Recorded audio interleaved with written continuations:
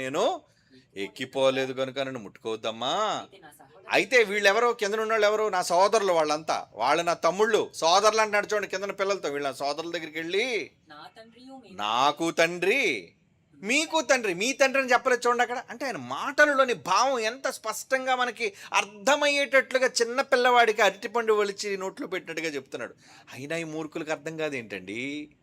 అంధత్వం, మనోనేత్రాలు గ్రుడ్డితనం. ఏమంటున్నాడు? నా తండ్రి మీకు కూడా తండ్రే, నా దేవుడు మీ దేవుడు. అంటే పైనున్న వ్యక్తిని యేసుప్రభు ఒక దేవుడుగా ఉండే ఏమంటున్నాడు? ఒక దేవుడైన యేసుప్రభు మరొక దేవుణ్ణి తండ్రి అంటున్నాడు, దేవుడు అని కూడా అంటున్నాడు. అంగీకరిస్తున్నాడా?